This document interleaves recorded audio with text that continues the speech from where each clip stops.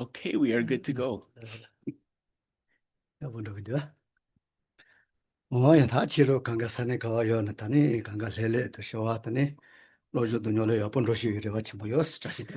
So Tashidele to all Dharma friends, wherever you are, Geshe hopes that everything is going well, and that in particular that you are a peaceful and relaxed, and accordingly your cultivation is going nicely.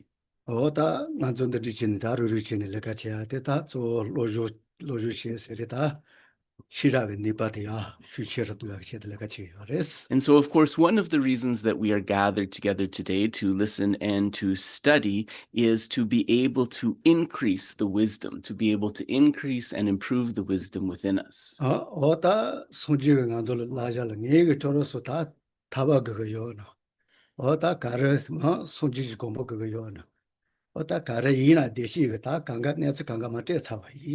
So the Buddha explained that actually through his teachings, whether we are aiming for happiness, whether we are aiming for moksha, liberation, whether we are aiming for complete Buddhahood, anuttara samyak sambodhi, he has given all of those instructions.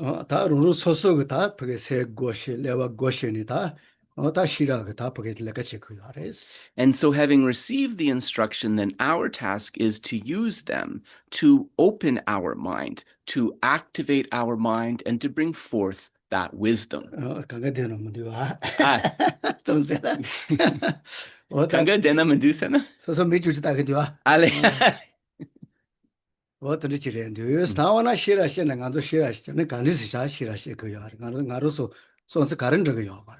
So if we want to arise wisdom, then the question becomes, how do we do that? And what ways of thinking are sort of counter to that wisdom?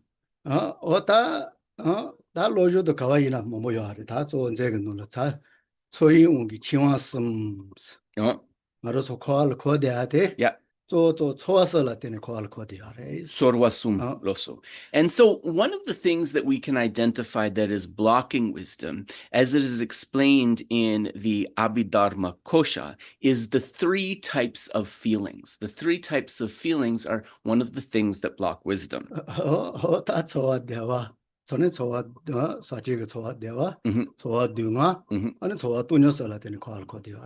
And so then what are those three types of feelings that can block wisdom? They are the feeling of contaminated happiness, the feeling of suffering, and neutral feelings.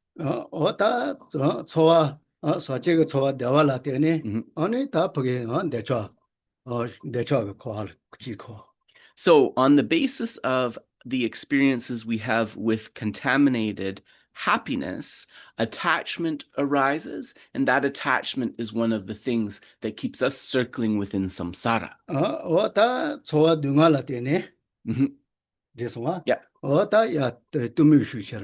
On the basis of suffering, different afflictions arise, but one of them is that fog of ignorance. And that fog of ignorance, one of the things that keeps us circling within samsara.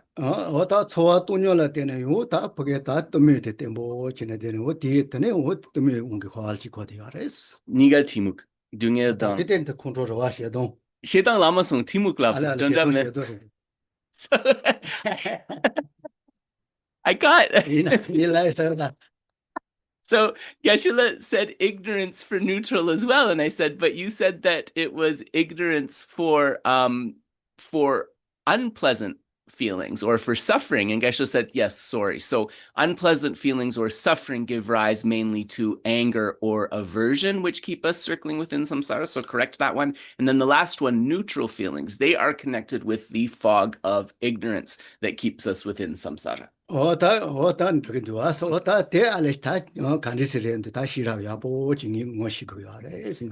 how that works and how those function, right? This is something that wisdom will help us to recognize and understand.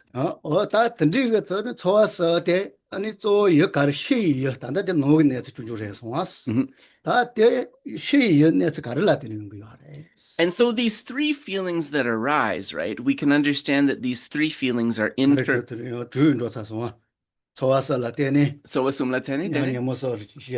Yeah. Truk lamasung. Kare. So asum la tene dene yeah. Dene. Sorry. Okay. So in terms of the things that are arising internally, getting the sauce already, it's only 10:10.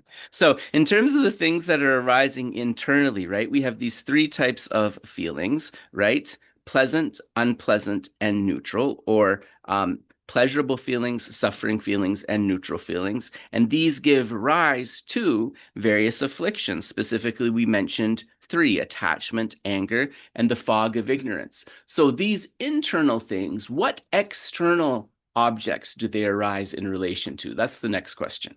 So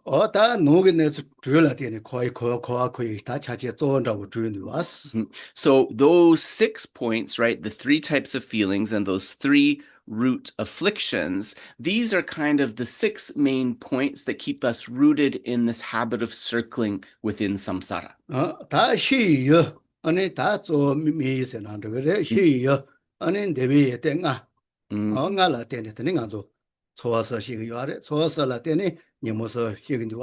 So the outer objects that are connected with this, we can say those outer objects, or those objects of focus, the external ones, these are known as the 5 qualities of the desire realm.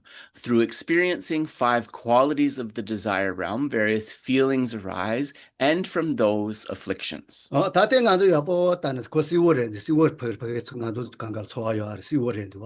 And if we look at this, plainly, it makes sense, because these are all feelings and experiences that we ourselves have had. So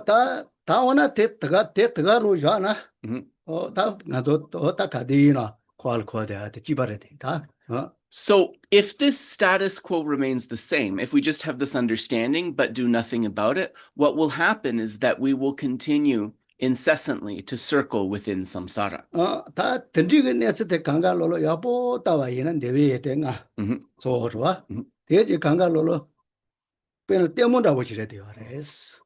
Loso.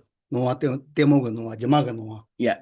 So one of the things that we can do is we can train in seeing those 5 qualities of the desire realm in a different way. One of the ways that we can see the appearance of those 5 qualities of the desire realm is like an illusion, like an apparition, or like a film on a screen. Right.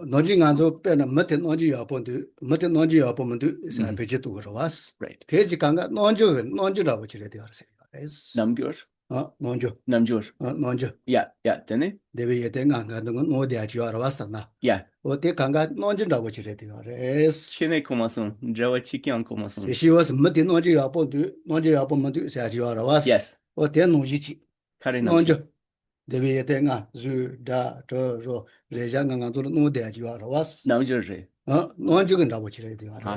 And so when we have a person who shows us a certain sort of facial expression, those expressions are also another way of and I don't know how this works, so hopefully it will become clear. I'm confused totally. So these 5 objects of the desire realm are also experienced as expressions.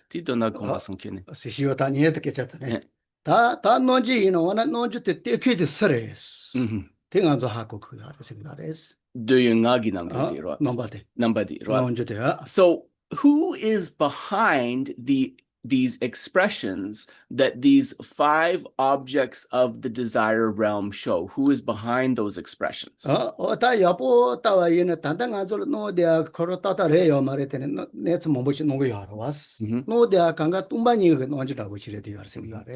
So one way that we can see this is that the play of those appearances of the 5 desire realms are all the expressions arising from the sphere of emptiness. We can see them as expressions arising from the sphere of emptiness.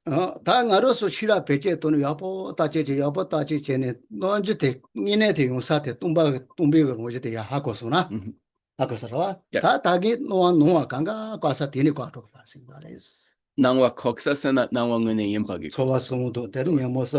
Yeah.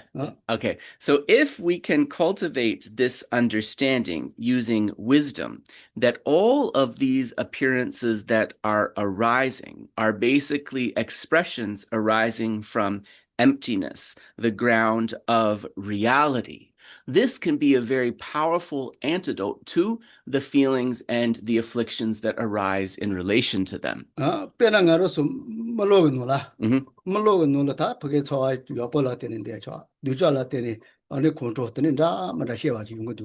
We can think, for example, of a dream, right? The pleasant appearances within the dream can give rise to feelings of attachment. The unpleasant appearances in the dream can give rise to feelings of aversion or anger.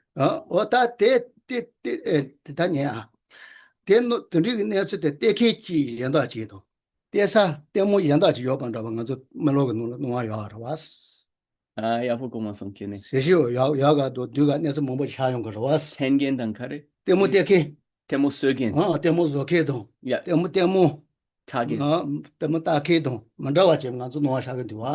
So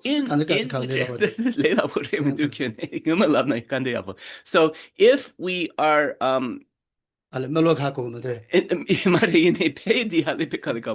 so if we think of, for example, a movie, right? We have the source.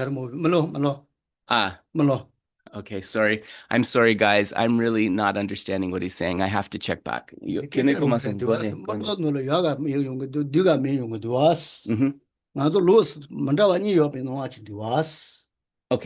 Miyagachik, midugachik. Okay.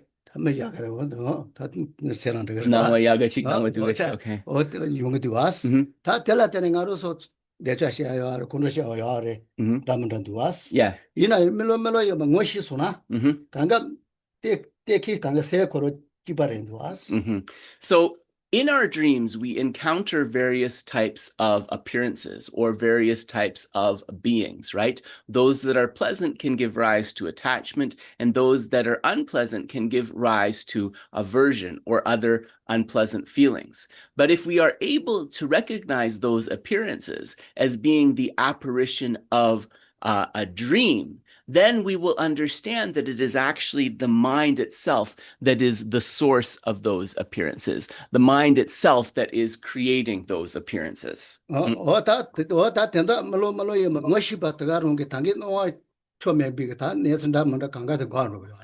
Once we recognize the appearances for what they are, apparitions of a dream, then all of the afflictions and complicated thought processes that they give rise to will cease, right? That will become an antidote. So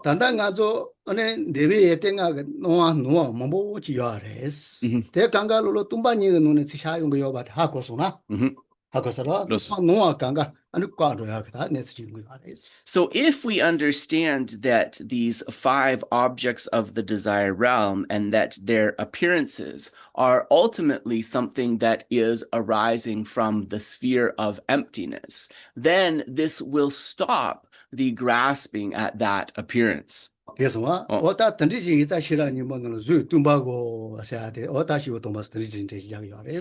this particular explanation, if you think of the Heart Sutra where it says form is emptiness, where it says form is emptiness, this is how some holy beings explain that line.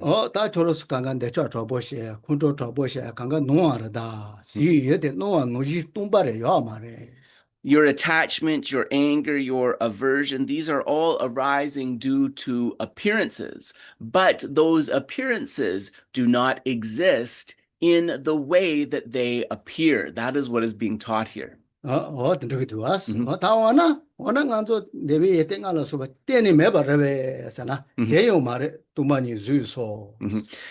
the next question that can arise is, well, if that's the case, does it mean that these 5 objects of the desire realm and so forth do not exist at all? Well, the next line of the next phrase in the Heart Sutra counters that, right? So we said form is empty. I feel like we had this complex thing. I got no money. So we had form is empty, and then the next one to counter this thought, maybe nothing exists at all, is emptiness is form. Emptiness is form. 다 당길라야 되래. 뚜만이 주소 배드 매바 말에 논지 조시 보게 요아레스. 남길소 백이 열에서나? 다리 논지라고 지. 다 내서 주주지 요아레스. 네베 예땡아. 네서 춘춘지기에서는 like simple. 다 보게 뭐지 쿠발라 때네 요아레스.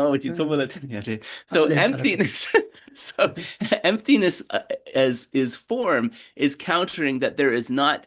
And there is nothing there at all, right? There is something, right? There is a dependently arisen something that is arising as those expressions of emptiness. So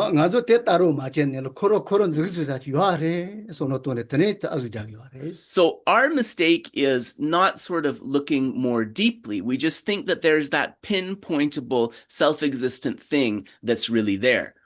그래서 다 던지지 장가서 다 시라 시세다 다 저 코알에 타와데 다 간듯이 그건데 시라 소알 코이가 저도 제 가르는데. So how do we give rise to that wisdom which will help to liberate us from samsara? And how do we recognize the causes and conditions that keep us circling within samsara? These are all important to understand. So the Dharma, right, the teaching that we are practicing is the Dharma of moksha, the Dharma of liberation. So it's important to understand that. Once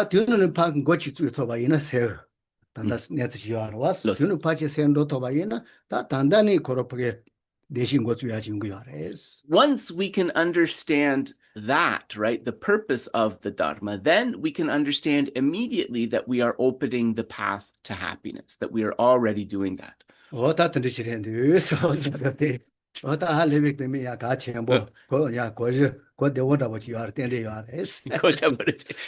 very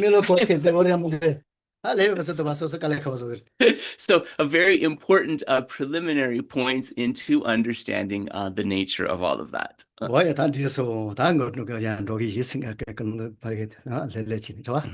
the next step is that we will, in a relaxed way, bring forth our motivation for the session. Let me just see here what our sound is doing. Just give me a moment.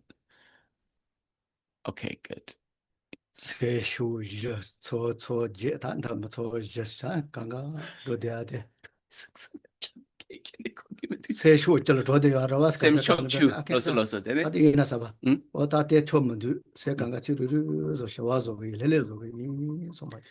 going to stop the outflows of my mind, the outflows of my attention continuously to the 10 directions. That does not bring any benefit.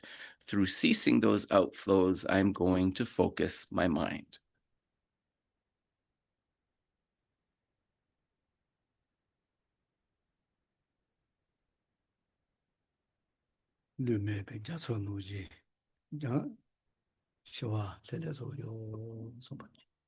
Like a beautiful still ocean on a windless day that is perfectly calm, I will make my mind like that.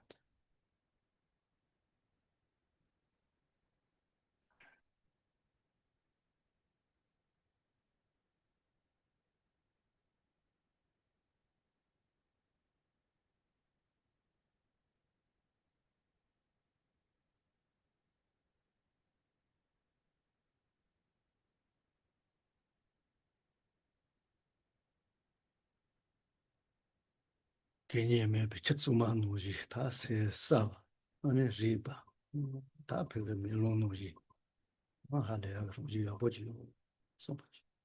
settling the mind like this, it's like setting a glass of water down when the particles slowly settle to the bottom, and we see that the mind is clear, that it is unobstructed, that it is mirror-like.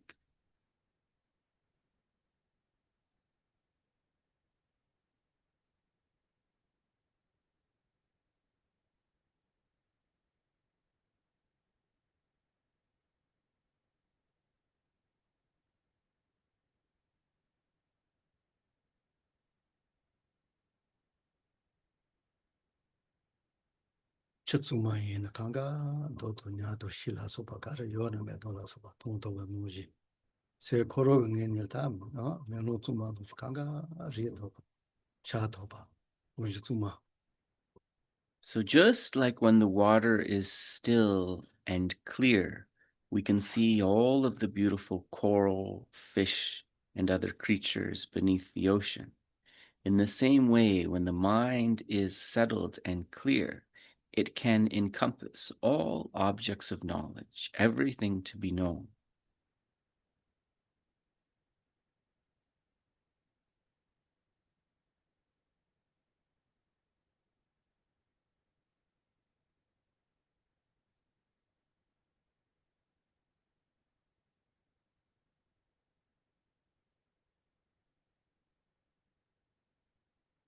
Tandi sen jing o de ta ni le de chin de ba yin na cho me be cho no to la so ba ka ri yin na yo chi ba wa no ji kon ze chu sa me ni pa se ko ru pa tong ro ga du so ba. When I recognize this fundamental nature of the mind and relax and settle into that expansiveness, then any disturbing thoughts, feelings, unpleasant mental projections that are arising, they will be just like bubbles on the surface of the water, existing for a moment before they disappear.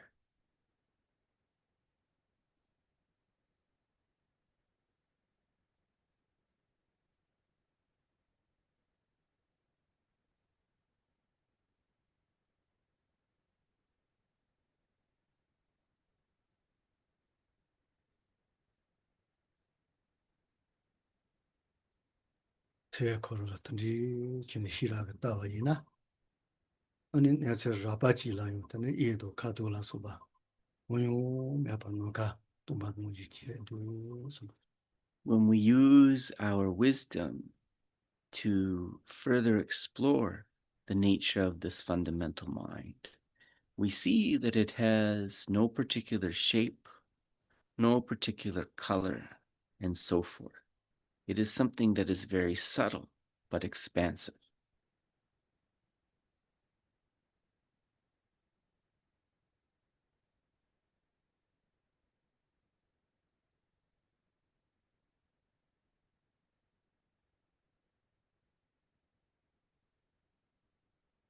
Yin na yo tandi ge ne se de se ge ne se ta du ma re se ge zu ge mo chi re ma ne se ta du an da re mo du so ba. But this fundamental aspect of the mind that we have touched is not its ultimate nature. This is still the relative or conventional nature of the mind, just a more subtle expression.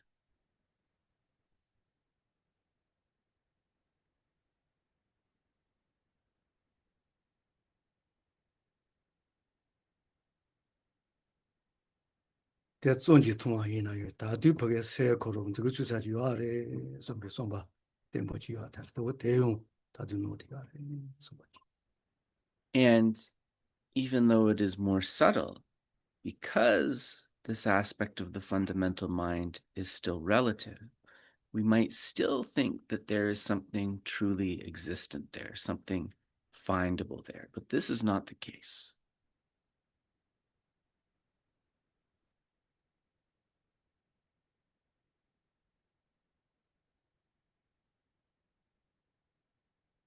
Se ko ro ta wa yin na yo je do jie mo bo ge ji na ma do ta shi ma mo bo ji la su ba la de ni yo re ma do ba da se ko ro de re se ni sa wa yin na ge chu sa ma du so ba. The mind itself is something that arises from causes and conditions. The present increment of the mind is only able to arise because of its previous increments. It is a continuity. There is no stable, pinpointable existent mind there at all.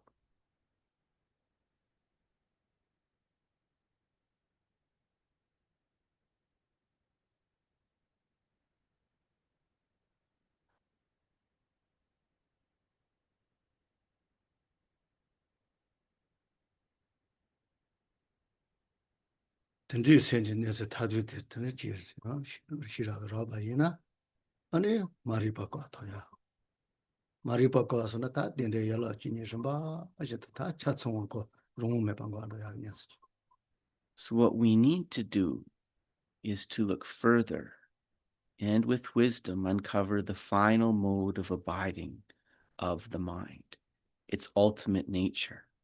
Once that is recognized, ignorance can be ceased. And once ignorance ceases, the 12 links of dependent arising that keep us circling within samsara will dissolve away.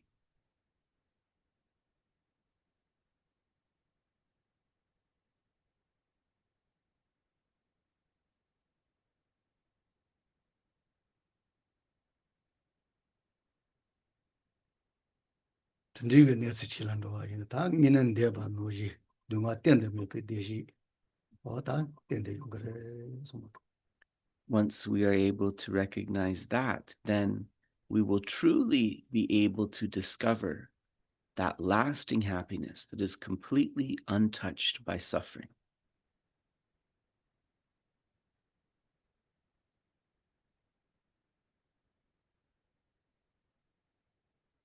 Tendri soma noji yungwa chita soha tsechi teta yo soma. In order for this to come about, we will, with single-pointed focus, make requests for blessings from the holy beings. So we'll do the prayers. So we bring,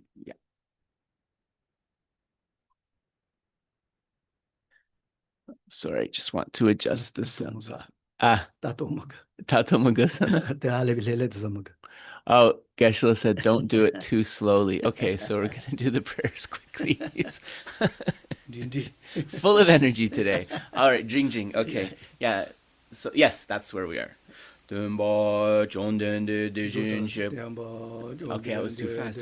Sheba dra chompa yang daba zobe sangye reba dang shasu dempa dewa sheba shiden chempa chebu dewe kalo jorwa lana meba ladam minamgi temba sangye chondende pejawa shakya tuba la chazelo chede kyabsu chi o Tenpa chomdende deshin shepa dra chompa yang daba zobe sanje reba dang shabsu denpa dewa shepa jiten chenpa chebu dewe kalo jorwa lana mepa ladang minamgi tenpa sangye chomdende pejawa shakya tuba la chase lo chede kyabsu chi ho Tenpa chomdende deshin shepa dra chompa yang daba zobe sanje reba dang shabsu denpa dewa shepa jiten chenpa chebu dewe kalo jorwa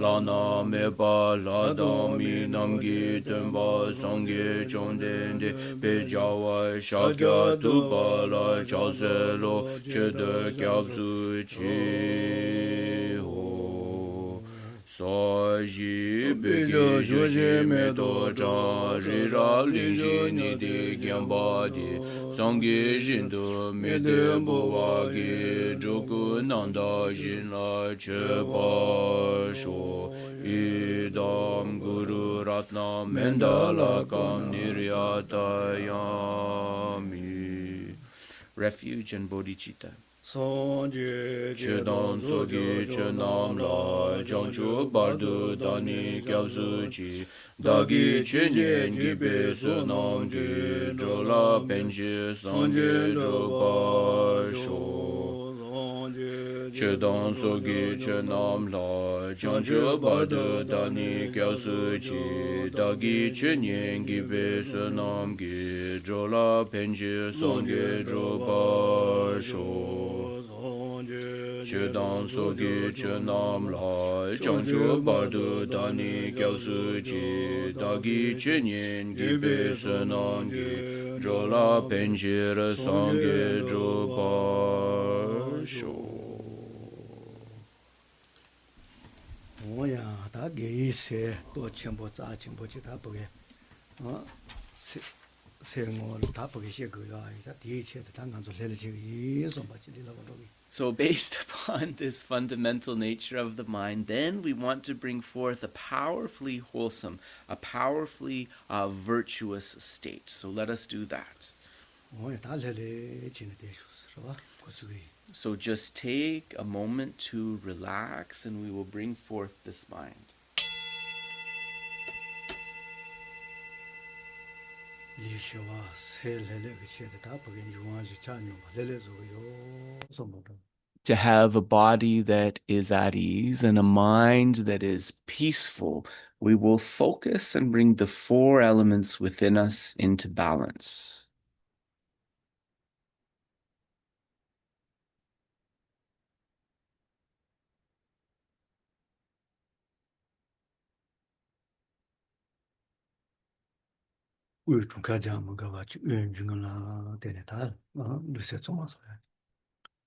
So without counting, just place your mindfulness awareness on the rising and falling of the breath.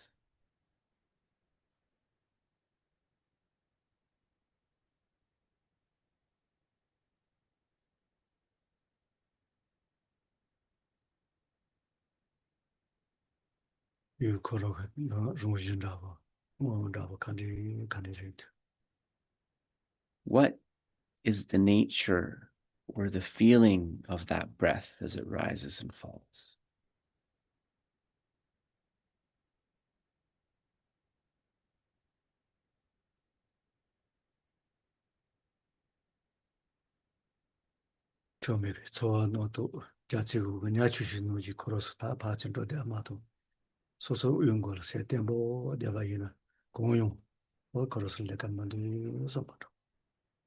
And as we continue to keep this mindfulness awareness on the rising and falling of the breath, whatever disturbing, distracting thoughts arise, don't let them take us off our object. Think that they are just like little minnows swimming beneath the ocean. They can't throw us off our object.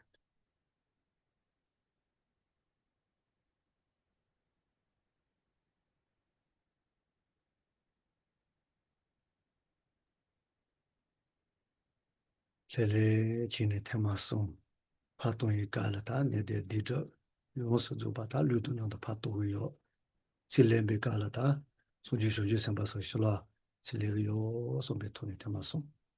So we're going to do 3 sets of inhalation and exhalation. As you breathe out deeply, imagine that all of the bad feelings, negativities, their imprints, and so forth, the obscurations are completely breathed out.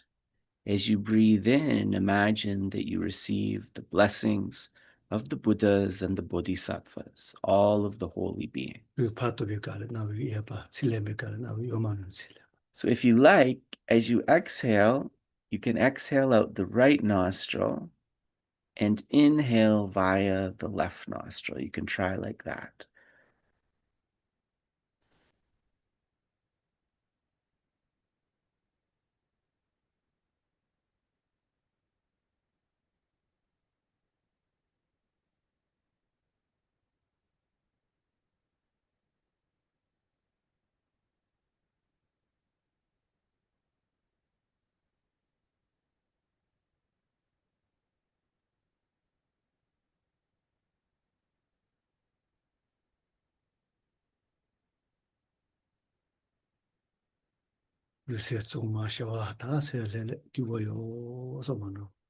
Think that the mind is relaxed, peaceful, happy.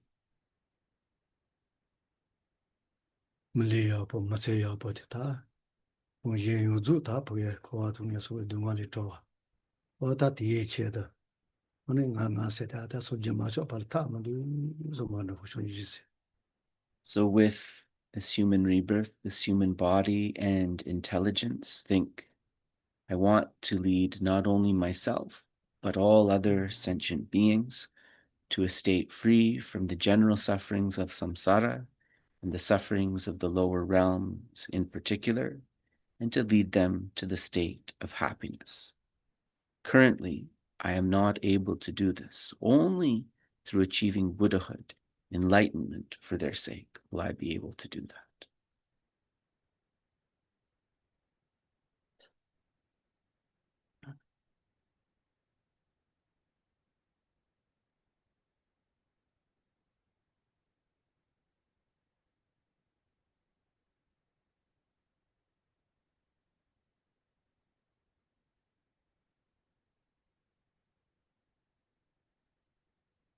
알아서 야보치는 땡대저 토그 가르레스는 알아서 땡바코로 땡비다보 니에소가 때를 니지체 먹고 쓰는 뜻이죠. 단 알아서도 메저와 땡대는 거래.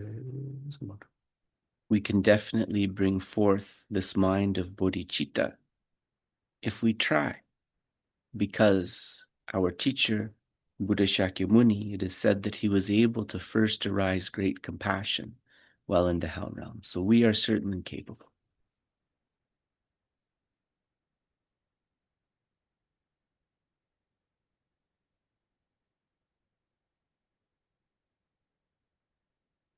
세계시도 예텔라는 tani rungji zheba, dabi ge rungji de ji zheng ma de, gangan zhe wang zhuo ya, yao bi ge rungji zhong zhou ren de.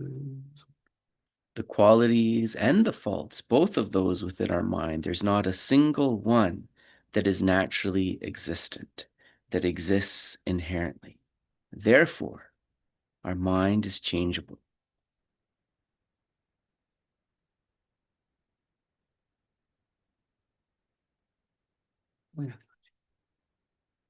So we'll pause there.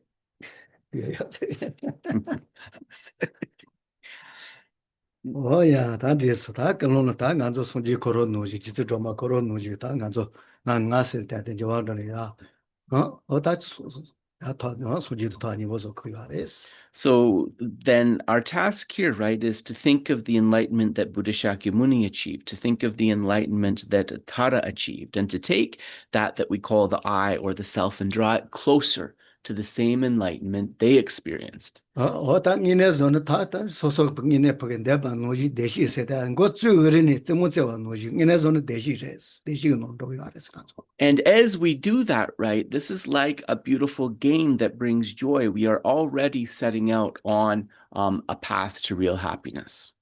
O ta nganzo lo jo do nyo le zo de yu zu ngine nganzo kange te ke se pa ni pa me ba zo ji chala ju ju re do as. All of the study and practice that we do, it is for the purpose of cultivating the things which will help us render the minds, the thoughts that trouble us, completely powerless, that will help us clear them away.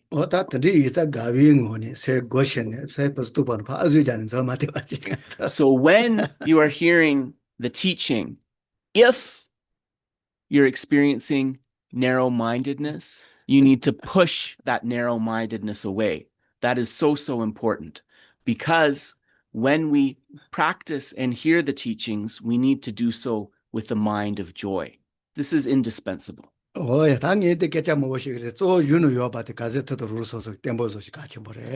of course, Geshe is going to give, many glosses, many explanations. And so your task is really to try to identify and understand the key points of this text that we are looking at. Yep.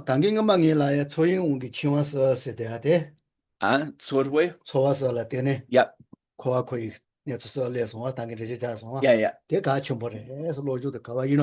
So the point that Geshe was giving about how these three feelings, pleasant, unpleasant, and neutral, give rise to these afflictions which keep us circling within samsara. This is something very important to understand. So just to reiterate that. So in order to be able to achieve that enlightenment for sentient beings as we wish to do, then we must turn to the instructions of the text of the stages of meditation. De la Toma Rishi,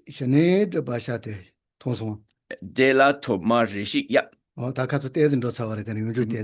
Geshe said that we're on page 22. So just under the title where it says the practice of calm abiding, he says he realized realizes we covered that first line already, but he just wants to revisit that first line for a moment. So I'll read it. Logorwa. Tela toma reshi shini drapa shati shiro che yela nomba inwa shini nota mipala janda rongi ngoki njula gawa to shanda yunwa to dembi se nila nipa na shini shisha go. So it's very important, actually. It's the definition of calm abiding. Calm abiding meditation should be achieved first. Calm abiding is that mind which has overcome distraction to external objects and which spontaneously and continuously turns towards the object of meditation with bliss and pliancy. So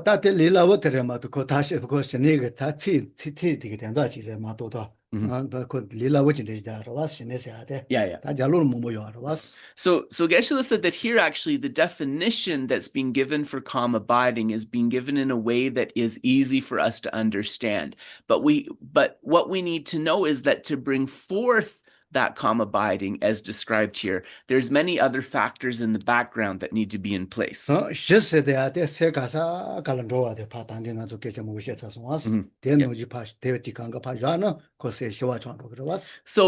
once again, if we break the two-syllable Tibetan word into its meaning, shi and ne, which is calm abiding. So shi means calm, right? It means calming the mind from going into many directions. Kasakala joya shiwa.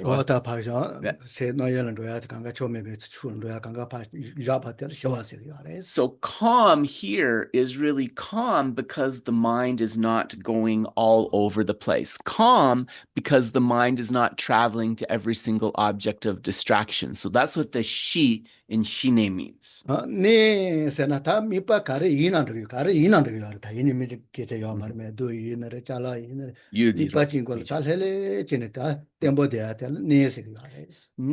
means to abide. This means that the mind can stay, it can abide on a single object of focus. And just to be clear, actually, we can do this with any object of focus, even something, like a flower, for example. If we are able to keep the mind on that, then this is abiding. And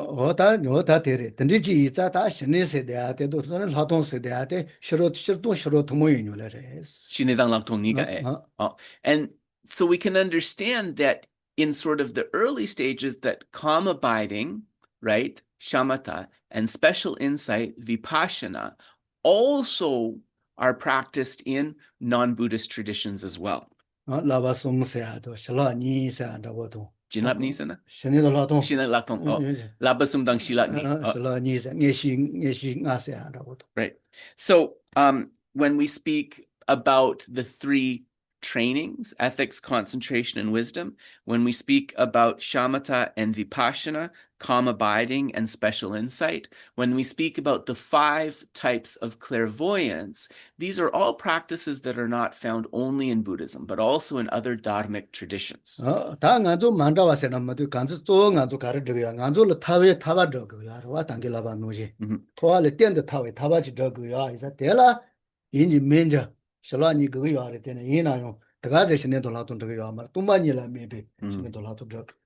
So what makes our practice as Buddhists of this different? What makes it different is that our practice of śamatha and vipaśyanā as Buddhists becomes a cause for liberation. In order for the śamatha and vipaśyanā to become a cause of liberation, we can't just take any object as our object of focus and investigation. We need to take emptiness, shunyata, as our object of focus and investigation. And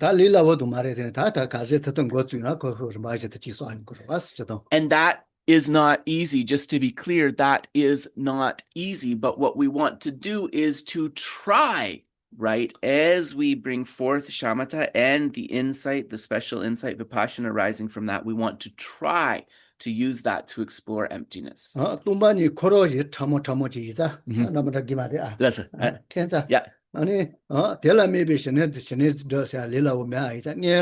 어느 손지 그 네. 드라마도 근데 이때에서 라바질라 미는 간저 신에 뜻이야레스. So a point here that is very important, right? We say that ultimately we need to take emptiness as the object of focus. But we understand that emptiness itself is an extremely subtle object of meditation. Therefore, as a beginner trying to cultivate shamatha, calm abiding, it could be very difficult. So that's why for the beginner, the texts recommend he or she first trains in, for example, holding the image of the Buddha or Tara single-pointedly to develop that calm abiding initially, right? Use a more easily accessible object. 어다 간저 깔이나 간저 것이 받지 고로가 다 보게 신에 것도 뭐뭐 레시자냐라. Yes. 신에 이렇게 제제라고 수송스. Jibshus. 이나 뜨는 셀라메 비신에 토케지 마투시마소스. Semla? 셀라메 비신에. Semla Mibishin. All right. So Geshe knows he has an acquaintance who is an instructor. He teaches specifically calm abiding meditation. That is his specialty. And it is said that actually about 40 of his students were able to achieve a measure of calm abiding. But of those 40 students who achieved calm abiding, only one only one had the mind as the object of focus to develop calm abiding. Only one. 어다 대지 있더니 야티네스 사바했더니 다 네스 사바스 넘는데 디소근에서 와서 야침벌에. Yeah. So this is, these are 40 people who, in sort of recent history, right? People that are still alive today who achieved calm abiding. So in this way, it's new. It's not just people in the past. 어다 던지시레스 어다 Ibsen lagoreti sem chigma. 어다 생사데 어다 당길라방노지 뚜만일 세라바라바레더니 이나 세사데 요거 저거 지사지 이도 가도더니 매이자. Yeah. 코비드에서 참으러 와서 그런 거. So then why is it that the one who was focusing, there was only one who was using the mind as their object of focus that achieved calm abiding? Because, relatively emptiness is the most subtle, but also the mind itself is more subtle than a deity, for example, because it has no shape, it has no color, it has no discernible form, and so forth. Therefore, it's more challenging in early stages to develop calm abiding with an object like that. 다 세세도 유세한다고 대지대에서 깔려져요. Yeah, so in terms of object of focus for a beginner in calm abiding, both the mind and the breath are considered relatively more difficult objects, actually. So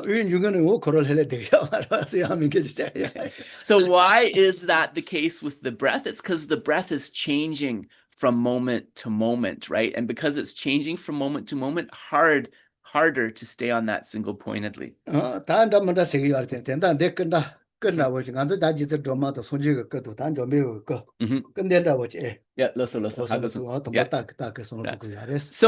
what is recommended then for folks like us? It is recommended to take an image of a holy being. So for example, Buddha Shakyamuni, Tara, or Manjushri.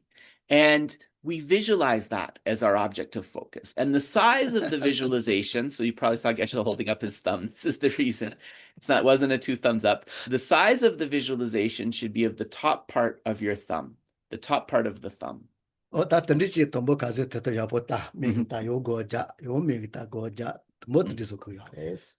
so in the early stages, as a beginner meditator, we'll have an image of the deity in front of us.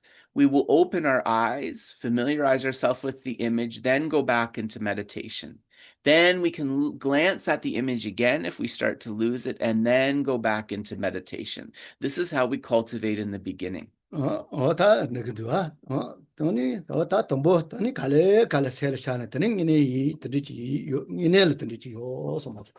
So eventually, though, what we want to do is to dawn that image. It's like the Tibetans use this word shar, like really to dawn, but it's like to arise that image in the eye of the mind. And that image of the deity in the eye of the mind, that is our true object of focus for calm abiding.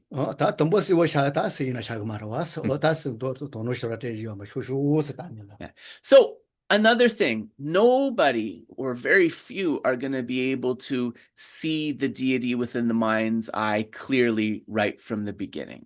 So in the beginning, a rough image of the deity is sufficient to start. So Geshe is saying, don't worry that it's not perfect. Doesn't have to be, right? We bring up a rough image to start. 다 보게 다 요요요 단에 셀 따따 지레 자수는 다 고추도 제야 말아. 힘이 말에 노게 보게 셀 샤야 돼. 밑에서 그거다. And we glance back, right, to clarify, to have reference for that image. But eventually, right, we want to come to a point where the image is clear enough that our object of focus becomes solely the image of the deity within the mind, because calm abiding actually has to be cultivated based upon a mental image. It can't be cultivated on an external.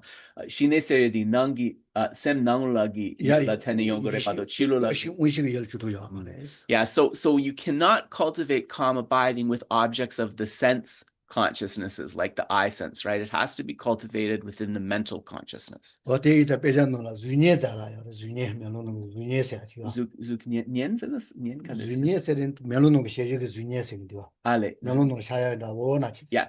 So it's like a reflection in a mirror, right? It's like a reflection of the mirror. A reflection of the object arises within our mind, and that is what we use to achieve calm abiding. Yeah.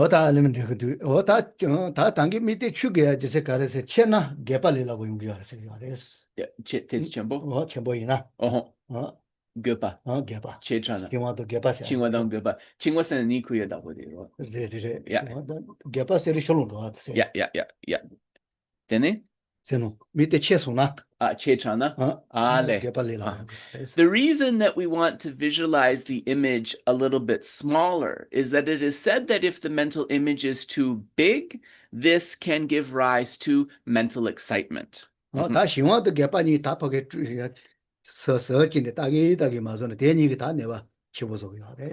And so we have to always check whether laxity and excitement are arising. And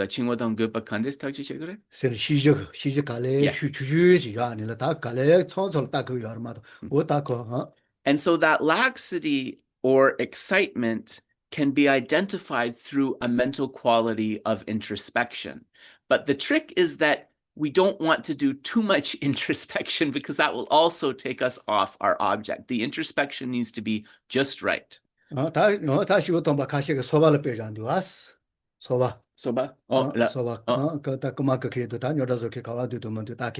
Yeah. So a lot of holy beings say that this quality of introspection, sheijin, right? That's how I translate sheijin. Introspection is a little bit like a spy. A spy is very much in the background, but he or she is able to observe if something important is going on. Yeah.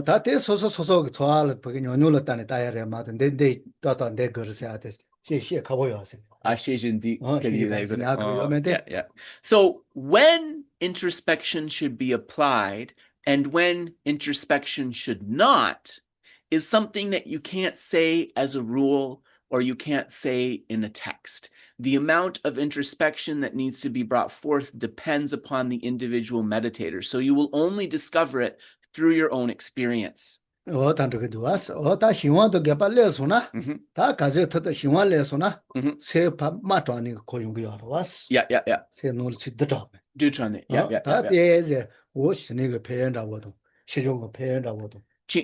Chingwasana nikuya diraurwa. Ora, di condition yore madrogi so. Ale. Yeah. And so with laxity, what happens is this is sometimes described as sinking, right? This is sometimes described as mental sinking. So Geshe said it's like feeling that you're going too low, right? And what laxity means is that the mind has been too much pulled back. It is too much internal. So I was saying to Geshe, would you describe it as a sleepy feeling? He said it's not exactly a sleepy feeling. It's more like a sinking feeling. This one, Pena Lumbache giving all the Rugukin to us. Yeah. She want to show the tape. Ruko. Lumbache Tola. Yeah. Rugu. rabbit. Rabbit, ribung, ale, ribung. That is chamo. Chamo. So if you look at the images used to illustrate the 9 stages of calm abiding, you'll see that there is an image where there is a rabbit that is sitting like right on the neck bone of the elephant. And that rabbit is said to be this very, very subtle form of laxity or mental sinking. And this very, very subtle form of laxity is actually the most pernicious, the most dangerous one. That chamo te yo gewara das ko. Ale, loso. So actually, this very, very subtle form of sinking is normally a mind that is considered to be virtuous, actually. But the paradox is, albeit virtuous, it is something that is an obstacle for one who is trying to achieve calm abiding. So I'm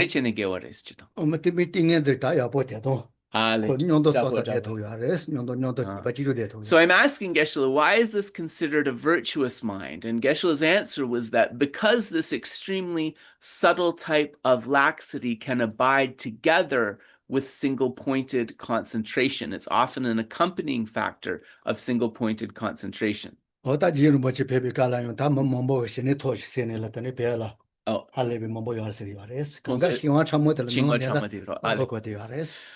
But where it's a problem is that that subtle experience of laxity that accompanies single-pointed concentration can trick the meditator into thinking that he or she has achieved calm abiding.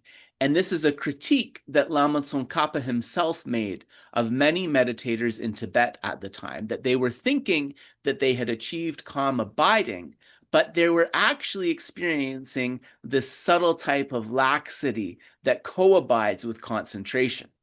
And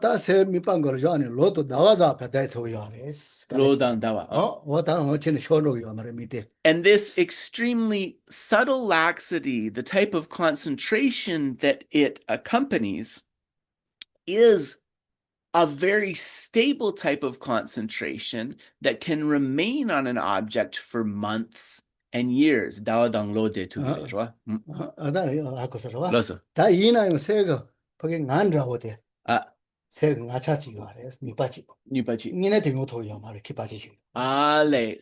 problem is that the subtle laxity accompanying this concentration is blocking a vividness, a factor of vividness that is required to achieve calm abiding on the object. Yeah. So for those who are trying to achieve samadhi, single-pointed concentration, this is one of the most difficult pitfalls to avoid. So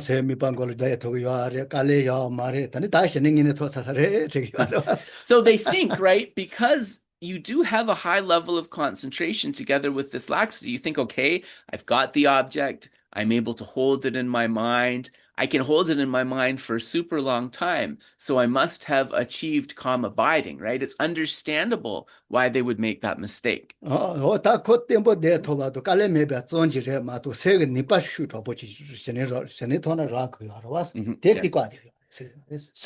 they have the factors of stability there, right? They have the factors of continuity there. But because of the subtle laxity accompanying that concentration, the power of vividness, the power of that clarity of vividness is missing. And so they can't quite get over that hump to really achieve calm abiding.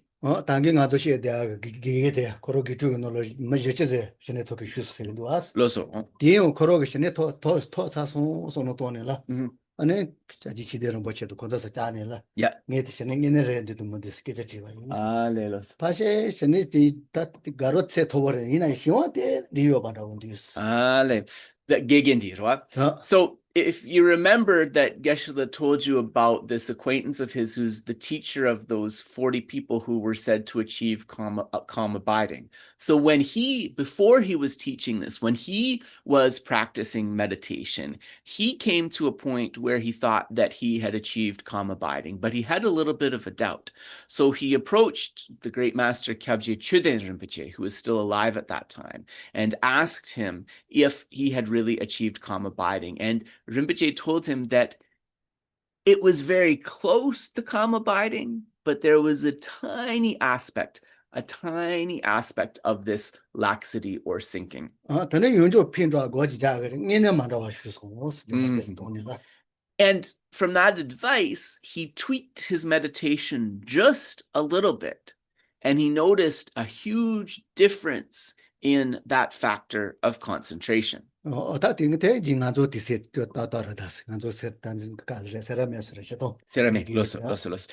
this teacher, Datung Yore Jigtena Tonda. So this teacher was, alive during Geshe-la's lifetime. He was actually associated with the May College of Sera Monastery, so Sera May Monastery. He passed away not too many years ago. He actually returned to Tibet from India and passed away not too many years ago. So this is someone in our lifetimes. And so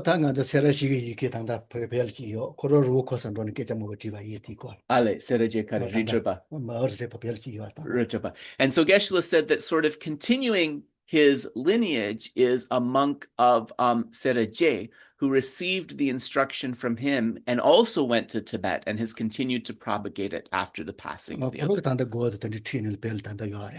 So he continues to teach meditation in Tibet and to bring great benefit to many. And all of the instructions that he received were from this initial teacher in this lineage of calm abiding, right? So it's like an unbroken instruction. And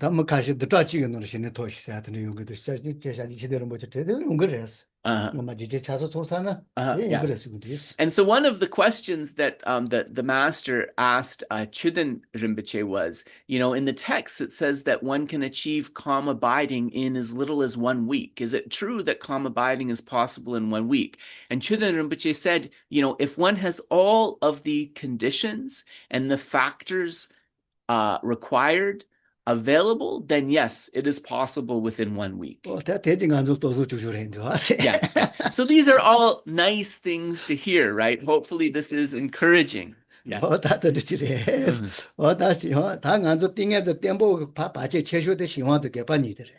So long story short, just to kind of tie this together, the main obstacles to calm abiding are laxity and excitement. Yeah.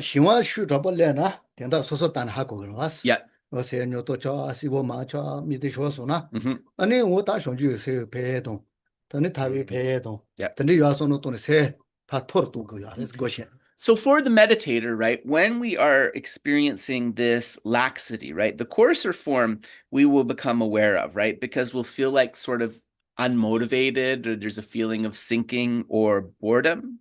At that time, one of the antidotes is to think about the benefits of the results of practice. So contemplate the benefits of bodhicitta, contemplate the benefits of moksha, liberation, or something like that.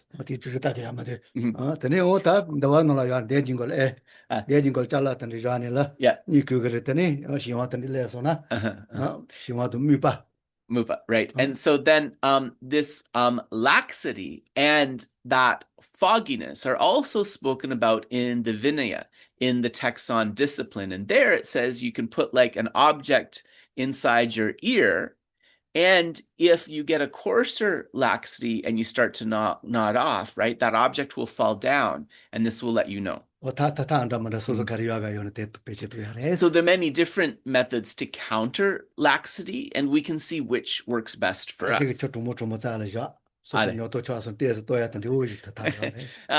Geshe said some people, they keep like a bowl of ice water beside them, and if they feel laxity, they'll like splash some ice water on their face as a way to kind of refresh. So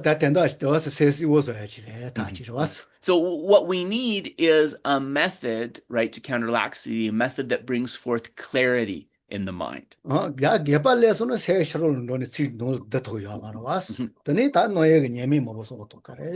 So with excitement, right, excitement means the mind going to distraction, being drawn to external objects. And so the antidote here is to contemplate the disadvantages of distraction. We need to understand the disadvantages of distraction. 대신에 지고 말다 세례를 쳐야 시와 쳐야라 다 개파도 되니 내가 지고 시기로 와서 간죠. And also, just to be clear, right, not only when we are practicing calm abiding, but even when we're just trying to establish a more even, peaceful mind, laxity and excitement can be obstacles. 당가 좀 와서는 예. 와 예시자지 중간다고 지라. 그래서 미빠진 걸 해래 대토서나. Yeah. 세네 그거는 세네 또 못해 단 접이다라고 지자요. So, in terms of the stages of calm abiding, if we were to discuss a little bit about the stages of calm abiding, if one is able to count to 21 of a mantra without the mind going to another object, then one has achieved the first state of calm abiding, semjokpa, which is called setting the mind. 아니 당와 팅아찌기 디셀 대토서나. 이봐 마쇼니 하고서로. 야, 하고서. 다 아니 세 저든 조바. 준두 조바. 세니바. Di jadangjeroa. Yeah. Chengachik. If one is able to count a full mala, right, 108 of the mantra without the mind going to another object, then one has achieved the second of the 9 abidings called Gyundu Jopa, continuous setting. Number 2 is continuous setting. 세 돈보도 니빠니데 미pan걸 다 저리 두고 전 제바요레스 데리보데 톡도. So we can see right from this example that the difference between the first abiding, setting the mind, and the second abiding, continuous setting, is based upon the amount of time one is able to remain focused on the object. It's a time consideration. 다 알레 디디치든지 다 마테서 저기 마도요. 유로비뇨라시요. 알레 디 guten so 저는 참고들한테. 다오나 그때 말 질리는. So Geshe said we're going to turn back to the text, but we'll come back to these 9 abidings. Don't worry. He says I'm going to complain if we come back to the text. That's not true. I was enjoying the 9 abidings, but we'll do some of the text. Ngodrup is very changeable. Yeah. What can I say? I'm a tough cookie. Okay. So. Yeah. Nobody washing no the mipala jetta rungan juba kazungan dingo kejamoshi gawado shendo yuas. Gawadang Shinto Jangwa. Sorry. Gawadang Shinto Jangwa. Yeah. So we are now talking about bliss and pliancy. Kungdi lemas lemas. Yeah. Gawado shendo yuwa to demba segunduas. Yeah. Gawa seate. Yeah. Se gawa. So we mentioned bliss and pliancy. So just as a reminder, bliss, firstly, is speaking about the mental bliss. Gawa. Sorry. I said that I wasn't going to translate this as bliss because we ran into a problem. Remember, it's gawa, not dewa. So if you were here last week, so I'm going to translate this as joy rather than bliss, just to make the difference clear. Gawa tong sa gawa te, dal se gawa sa na tane se shiyo. Yeah. So we have first the mental joy, and then following that we have mental pliancy. Yeah. And then when we speak about pliancy, right, the first pliancy, Gonda, Shindu Jangwa, Nanzo Kawa did pet go. Dange tagaro laso aje. Did Jangwa dang Shindu Jangwa? Gawa do Shindu Jangwa do dembe se ni la ni ban shani shi sha go. Oh, right. Yeah. Dene? Tensen gawa se ate. Yeah. Se gawa, se shi jong. Yeah. Shindu Jangwa se li shi jong.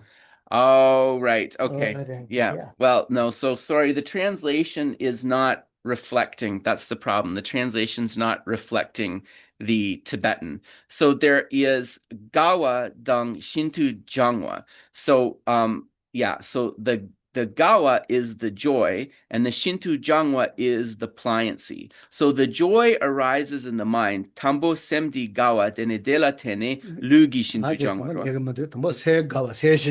Yeah. Right. So the joyful mind arises, and then mental pliancy arises. Right. So that is how it comes about. 다 shene tenye la thoswa shene tenye la maybe che de kona la nomba che ba gonya ba ten la thong yi de So that which properly examines suchness from within a state of calm abiding is special insight. 다 드리세요. 빼나 매도 때라 미비시네 드바이나. Mhm, 코 딩골 미빠템보 데바텔라 전에제. mhm, 다 세템보 데비토니. mhm. 이 로만데 몬보레. 데 Yeah. 매도레. 데 지레 데스 제바샤텔라 바동. So let's use this plant that's sitting on Geshe-la's table as an example to explain the difference between calm abiding and special insight, shamatha and vipaśyanā. The calm abiding is being able to hold that plant in the mind as an object of focus undistractedly. The special insight, or the vipaśyanā, is being able to differentiate the various twigs, stems, and leaves upon that plant. 사도세는 시라세요. 시라세는 소소 째니라. porque 미방고로 세템보 야비토니. 아니 제바샤 그야레스. So we can understand here that actually special insight, vipaśyanā, is a type of wisdom, but it is a very focused wisdom that undistractedly is able to differentiate the aspects of an object. 신내세나 띵엔도 야쇼. 사도세나 다 시라 야쇼라고 나치세요레스. So within this context, we can understand that calm abiding is the supreme form of samadhi, concentration for our purposes here, and vipaśyanā, special insight, is the supreme form of wisdom for our purposes here. Gonda, ngama nganso di sengi shejing dang lugi shejing chik sem tambola legire, sem tambola lemne dene lula lagire, sti yanger la sho. Not his truth also. 다원아 시중은 dene 소소지 라야 될 따들어. Yeah. So sem 수자네로 dene di go. 그래서 얘기라이 내가 먼저 와서 기타 되기도 와. Ale. 근데 오늘 그랬다 수자. 다 시중세는 그 코드 다 수자기 가서 윤주시요. 시중세나 리시요레스. So pliancy, right? So I was saying that we mentioned pliancy and how it arises in the body and the mind. And so I think it's important that people are clear on that. So as Geshe said, there's 4 increments of pliancy. So we speak of mental pliancy first. Number 1 is mental pliancy. And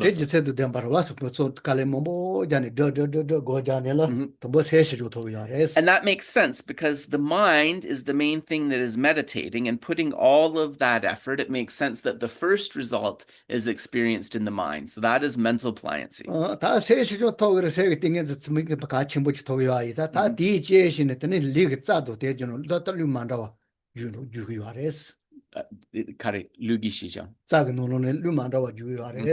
And from this pliancy being brought forth in the mind, because the mind and the wind, the prana, travel together, the wind becomes kind of very refined and malleable in a way it wasn't before, and able to penetrate everywhere.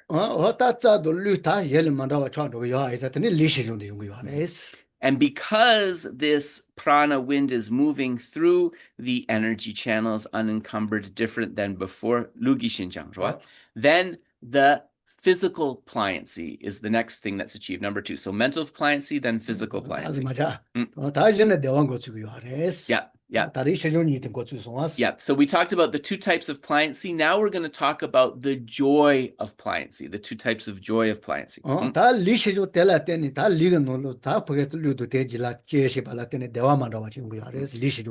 So based upon this pliancy within the body and the prana and the winds moving through the channel, there's a feeling of bliss or joy that manifests. And so this is known as the joy of bodily or physical pliancy. Right. And then upon that basis, that experience, right, the joyful pliancy of the mind is experienced. So this order, which is counterintuitive, because in the 2 sets of 2, right, 1 starts with the mind, 1 starts with the body. This is the presentation you'll find in every text. Listen. Yeah. Then kung di zwa. 我打功夫的，爸爸给就积累噻，就给到现在呢，才这几把年多，老多人用到吧，说说都比都把个，我是算吧，打不过。 The Cloud of Jewel Arya Sutra, so we're about halfway down 22, reads, Calm abiding meditation is a single-pointed mind. Special insight makes specific analysis of the ultimate. 我呀，当天呢了，等你叫我上班去，我 Mhm. 把上班，上去上班，上班去，等你送去了，找我去这边的。 And so the next one is from Unraveling the True Intention Arya Sutra. So Maitreya poses a question to the Buddha. 图书， Oh, 同时。好多，这点的现在用是错啊，几把多，老多了，开把了，嘎杂吧，就嘎杂吧，是呗？ No.哦，爸爸公妈， Nga chanang ang suti papa gompa ngepar jawa le kyang chomden de jitar 那 shine 对 yong 对对，啊 sutra. 是了，说说路根你路看， Alice. 爸爸公妈你把这话来讲，爸爸公妈你把这话来讲，我得考虑他妈谁准备去记，哎，是多。 So this Unraveling the True Intention Arya Sutra, Geshe is explaining that this is coming from the third of the three turnings of the Dharma wheel, and it is a text associated with the Chitta Mantra, the mind-only philosophical school. 我打现在都好多个的，你能加来个几个用个，哎是。 And Unraveling the True Intention gives a very extensive and beautiful explanation of shamatha and vipaśyanā. 啊，打第一个这话，等你爸爸托麦多，老个一年你个这话， 现在都好多个还来个用个。 And Asanga and Vasubandhu wrote commentaries about calm abiding based upon this sutra, which are very profound. 我打等空做的从这个空的是吧？ So it's one of the most kind of important source texts of the Buddha's speech. 这点的他啊，这点他的这话这个是来说你什么上吧？是这话这啥是从进了这个原来是。 So who's asking the question? Maitreya. But remember, this is Maitreya in his bodhisattva aspect, and it is Buddha Shakyamuni who's answering the question. 这点的这打的现在用是错话几把多，好多了开把了嘎杂吧，那个说。 Yeah. 啊，你现在都好多给这么些，但你看这些只能按照那个人。 So, O Buddha, how should people thoroughly search for calm abiding meditation and gain expertise in special insight? So, Maitreya basically saying, the Buddhists talked about the importance of shamatha and vipaśyanā. So, how do we actually reach those? 他从这个来，想吧，你去打吧，弄吧绕吧，得的。 The Buddha answered, Maitreya, I have given the following teachings to the bodhisattvas. 啊，等到对，他现在都老都要不绕个样呢，你没多少得了，虽然有了，今年有。 So the Buddha's answer in a capsule, which we'll come to as you read it, is basically expressing this. For one who wishes to achieve shamatha and vipaśyanā, they must rely on the 12 categories of scripture that I have propounded. 哦，这什么？他这是多都得动，用你也别得动，绿的点别得动，七十节别得动，切的节别得动，利益得动，都把节别得动，得大把虚云得动，现在就得动，现在节别得动，买的虚云七十得动，得了爸爸点别，得公道上去三把弄了，先把得到上去三别，来把提来把水来，看得的熊啊些。 熊啊些，一直来把到，同意识的都把些呢，得几个也嘛就得弄到用到，然呢，就打了来把算比起得到你，一来些去，谁公给一来些比谁的弄到就这是一来些比一来些多。 Right. So we're reading a big chunk. 这是个。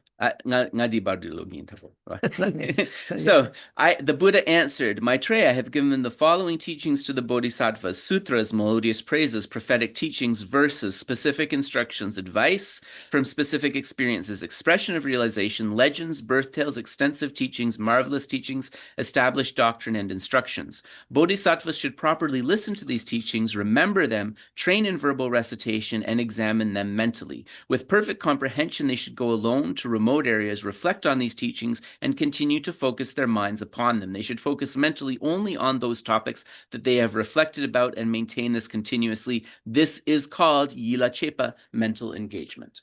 这什么？哦，对了，他听没？这是路上有嘛？同志嘛说。Loso. 托什么？ Yeah. 得到了学习，得了来没得你吧？得了理想的用啊，得现实的用啊。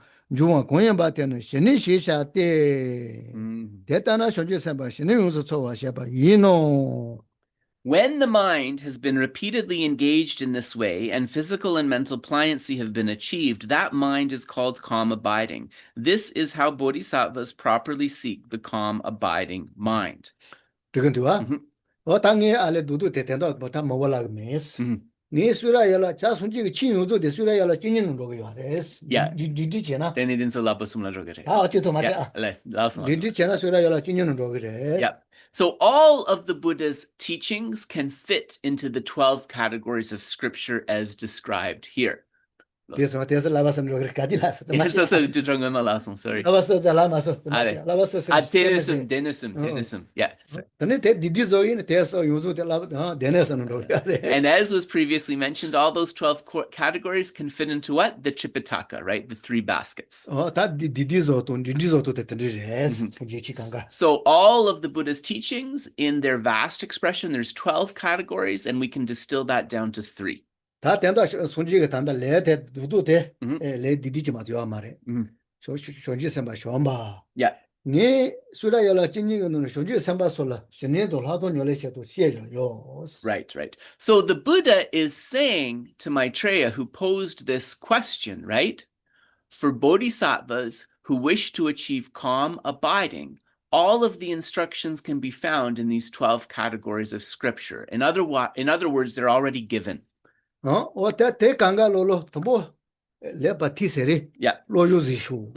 So then the first one is listen to those teachings. So listen to those who have understood them. That's the first step. This one?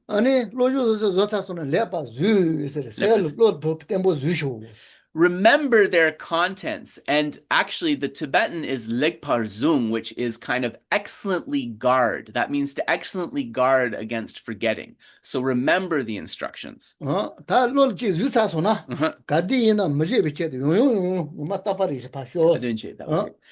Train in verbal recitation. So that means you recite the teachings that you have heard and understood. Geshe is explaining that that is actually the supreme antidote to forgetting. Once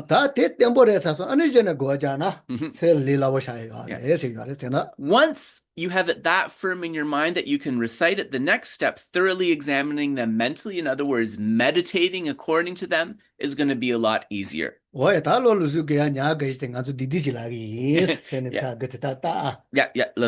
then Geshe said that this explains the importance of memorization and recitation.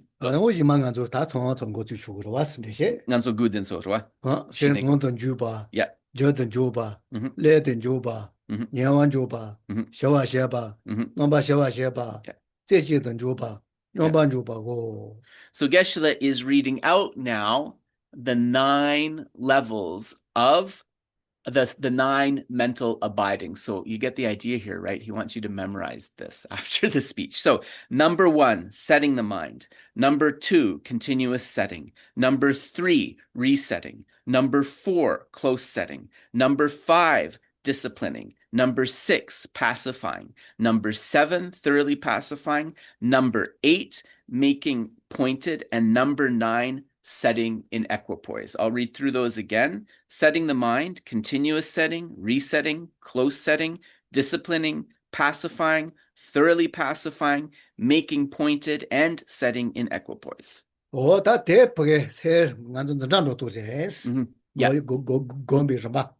So these are the stages of improving in meditation. Each of these 9 abidings is like going to the next class in the school of calm abiding. As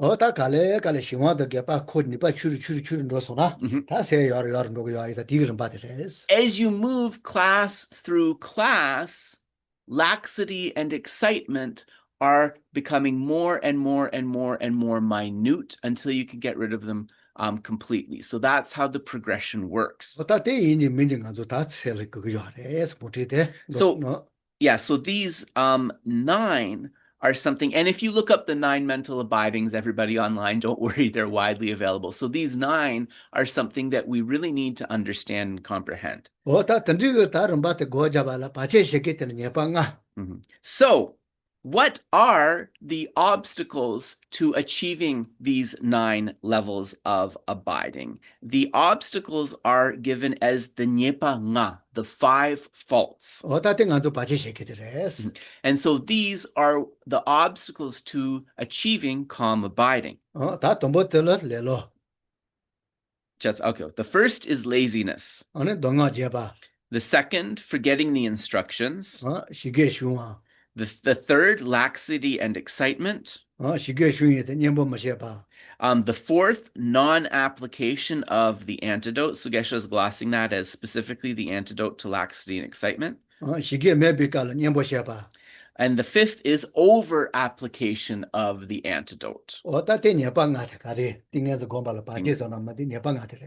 So these are the 5 main obstacles to calm abiding meditation, which are given as the 5 faults. There are 5 faults, but their antidotes are given as 8. So we talk about 8 antidotes to the 5 faults. Because laziness is so pernicious and is such a major fault, it requires 4 different antidotes. Tepa, Dempa, Shinjo. So the 4 that are the antidote to laziness are faith, aspiration, effort, and pliancy. Faith, aspiration, effort, and pliancy. So the remaining 5 faults have only 1 antidote each. So the antidote to forgetting is mindfulness, Jempa. The antidotes to laxity and excitement are introspection, Shejin. The antidote to non-application of the antidote, surprise, application of the antidote, and the antidote to over-application of the antidote, equanimity.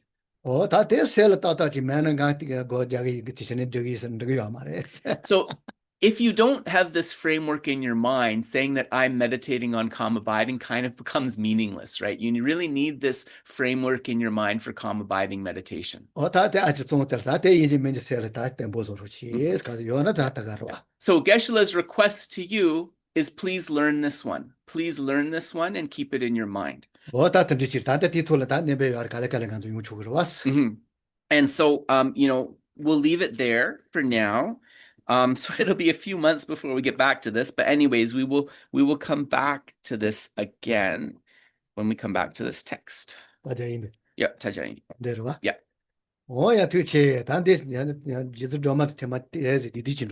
So we will turn, just before we open it up for questions, we will turn to the commentary on the 21 praises to Tara. And so we are using Lama Zopa Rinpoche's translation, and we are on page 9 for those of you following. Oh,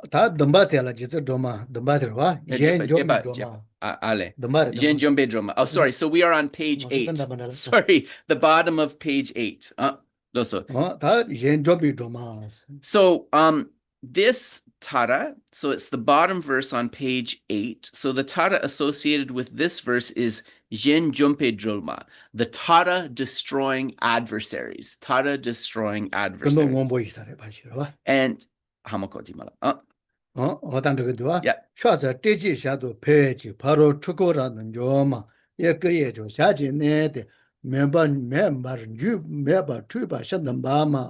So homage to you, Tara, whose tre and pe sounds destroy entirely the magic wheels of others. With your right leg bent and left outstretched and pressing, you burn intensely within a whirl of fire. So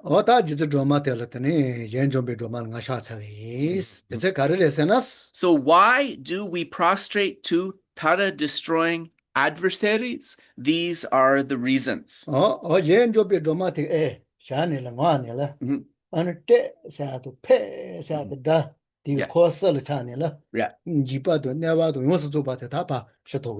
So this Tara's power is actually through the syllables that she utters.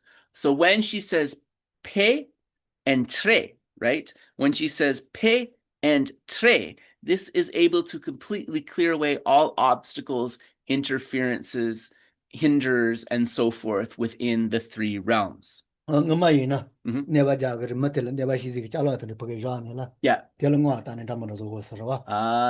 what tell it in a pret in Che or river chanda at the day. So Geshe thinks that this particular verse goes back to olden times where you would have a cursed object. You would have some sort of cursed amulet or other object that you would use to bring misfortune to someone. Through uttering tre and pe, the power of that object to bring misfortune is completely cleared away. The power of that object to bring misfortune.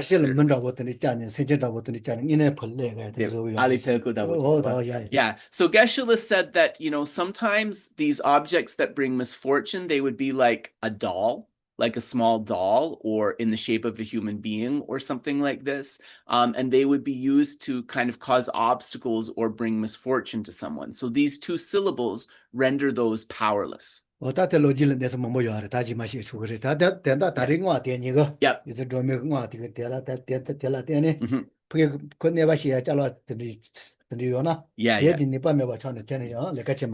So through this particular Tara destroying adversaries, if we recite her syllables of tre and pe, those things that are called the magical wheels, which are these kind of objects that bring forth curses, they are rendered ineffective.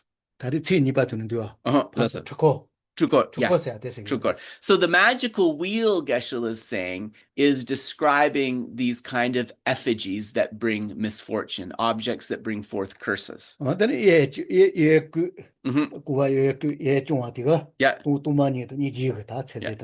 So the right leg bent and the left outstretched, like all of the Tara's different ways of understanding this, one reaching forth with compassion, the other leg tucked in equipoise on wisdom.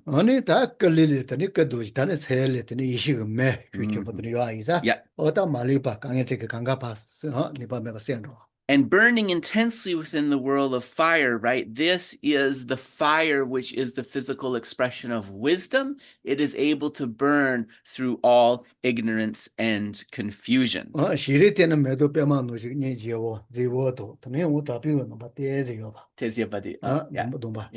And so this particular Tara destroying adversaries, right? She has the beautiful attributes of Tara, like beautifully ornamented with flowers and so forth.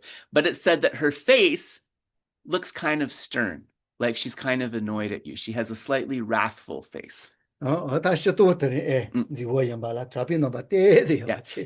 Geshe said, a very beautiful being, but a facial expression of not being that impressed. That's how you visualize her. So Geshe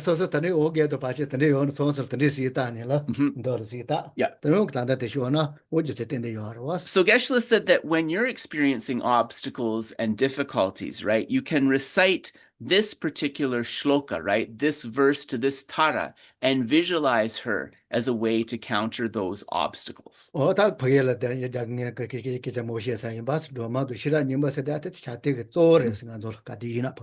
that's why, as Geshe mentioned before, at the monasteries, the Heart Sutra and the 21 praises to Tara, these are the prayers that are recited at every single assembly, every single one.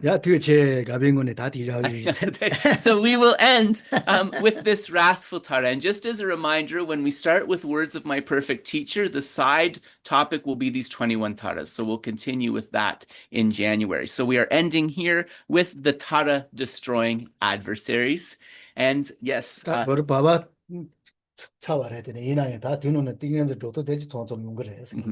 And so Geshe said, for now, because as you know, we're cycling through the text, we're leaving stages of meditation aside, but because the stages of calm abiding are so important, as we go with words of perfect teachers and others, Geshe will also be commenting a little bit on calm abiding as well. Oh yes, so we have to mark where we stopped, so we remember the tara. Yeah. Yeah. So we remember that we don't leave any of the taras out. Geshe said mark it so that we don't leave any of the taras out. So we are stopping at the bottom of page 8 in the tara, and we will begin on page 9 with the tara who conquers obstacles and grants supreme power next time. So thank you very much. With the heart lifted up in joy, let us dedicate the merits. And of course, if you need to get on with your day, please do. If you'd like to stay for questions after, most welcome. Jangjo zemjo rinpoche maje panom jejo reche chewa nyamba meba yang gone gonde pewa sho tongni tawa rinpoche maje panam jejo reche chewa nyamba meba yang gone gonde pewa sho jambe bao jidar kemba dang gundu zambo deyon dejin de da gunju jesu dalo chir gewa dida tamche rabdu dusun shebe gewa tamche gi Ngowa gangla chodu ngaba de dagi gewe tsawa diga gyan zambo juji ratu ngoba gi gangri rawe goye jikan pendang dewa male jungwe de chenre ziwan tenzen jatso yi Shape site bada tenjo.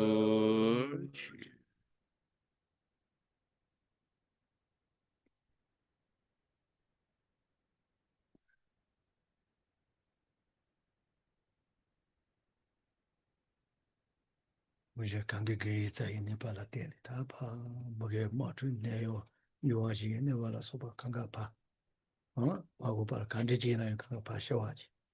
So through the merits that we have accumulated, may all of the wars, conflicts, diseases in this world, all of the imbalances within the 4 elements be completely cleared away.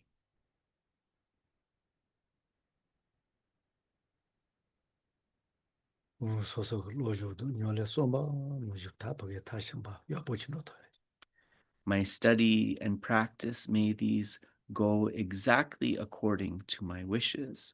May they be able to reach perfection.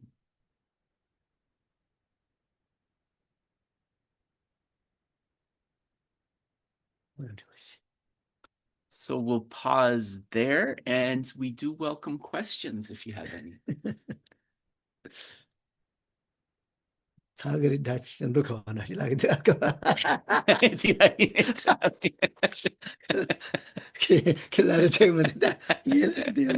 Geshe is saying I sound more relaxed towards the end of class. I don't know. I thought I was pretty relaxed the whole time. So I don't see any yellow hands. Oh, I do see one. Annie, go ahead. Yes, go ahead, Annie. My question is just a practical one, is how to allot the time of practicing more of the shine, the shamatha, into my daily practice. Because I've been doing some, but I feel like, because I feel like I have not been putting enough time to it. So this is very timely that it's here. But I also have very long practices right now, and just on a practical level, how to allot that time so I don't feel rushed at the end. Yes. Okay. I think I've got your question. Dene nganso perna nganso nyamlin che kadin che mambo chik yure dua rwa ine shini drubia tets ke champo yempa rwa dene soso shine kandes laugare kat tutsu katsu tegures shine kandes gomgores nganso yen nyamlengi yen la mambo dua. Me thoji la ta shine don nge tangela ya tere nge gi de yo. Yeah. Ke khebari ji ge san ke shukyan gongol. Yeah. Ane thoji la te go yos. Lo.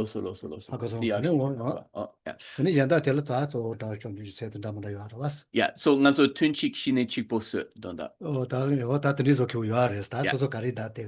Yeah, so Geshe said that he can't really answer because he doesn't know each individual person's time constraints, but he can tell you what the ideal would be, as according to this master who we're speaking about so much today. So what he says is that your first session of meditation upon waking in the morning should be meditation on calm abiding. That's what he advises. 시도녀를 가르치기 요나요. 딩걸 세 때모자 너의 면이 로요나. 신일 주도가로 로요. 시도. But if we want to make it more open, any practice we're doing, if we can pause at a point we want to emphasize in the practice and abide on that point without distraction, we are cultivating calm abiding. Okay. Go 가르자기 요나이 딩걸 세 너의 시와도 개파 면이라. 고들 따다 로요 띵엔들 로바트가로 로요. So anytime that you are taking an object of meditation at a certain point in your practice as your focus, and you are paying careful attention, so avoiding laxity and excitement, pacifying distraction, you are training in concentration, and you are working towards calm abiding anytime you do that. 다 이나요. 오늘 신이 밑에 거로 다 주주지냐. 그 터지도 딩걸 다 가서 듣대 뭐. But, you know, really seriously working towards calm abiding, this would mean that we devote a session to it, right? A daily session just to doing that, that we identify one object that we focus on, and that we really, you know, focus on holding that steady and getting rid of laxity and excitement. Yeah. Okay.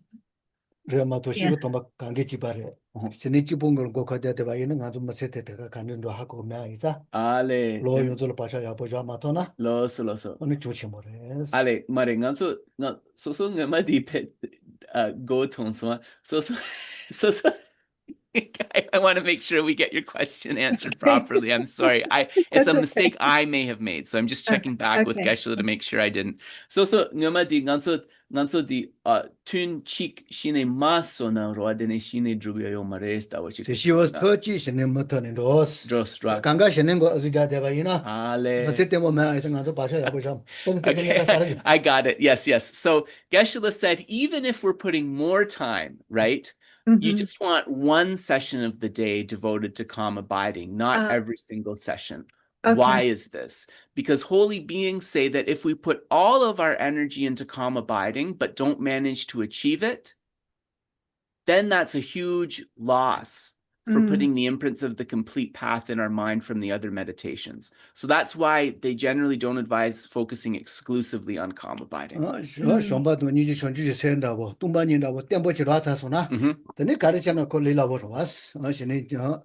the thing is, once we really realize love, compassion, or bodhicitta in our mind, calm abiding is going to be easy compared to that, actually. Yeah. Okay. Yeah, so that would be his answer to that Oh, question. that's very helpful. Thank you. Yeah.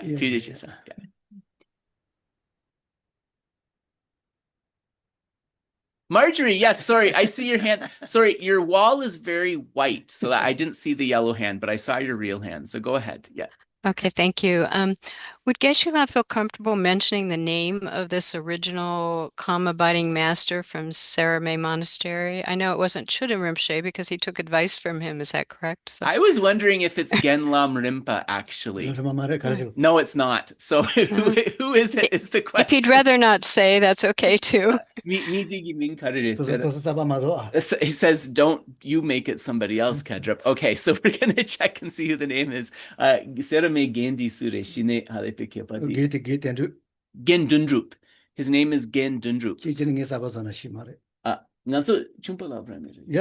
Yeah, so actually Gen Dundrup is somebody who I knew personally because he was at my house at Saramay. So he's from Chungpa Labrang at Saramay. So his name is Gen Dundrup. Yeah, I remember him.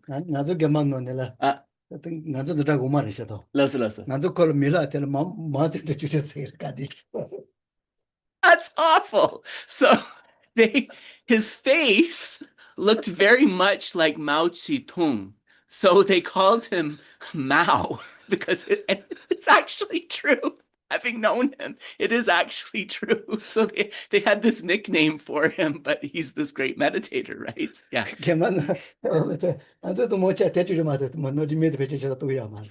Yeah. So I guess that's like when you were trying to explain who he was, that's how they would describe him so that people would know. He did look very much like him, to be honest. Yeah.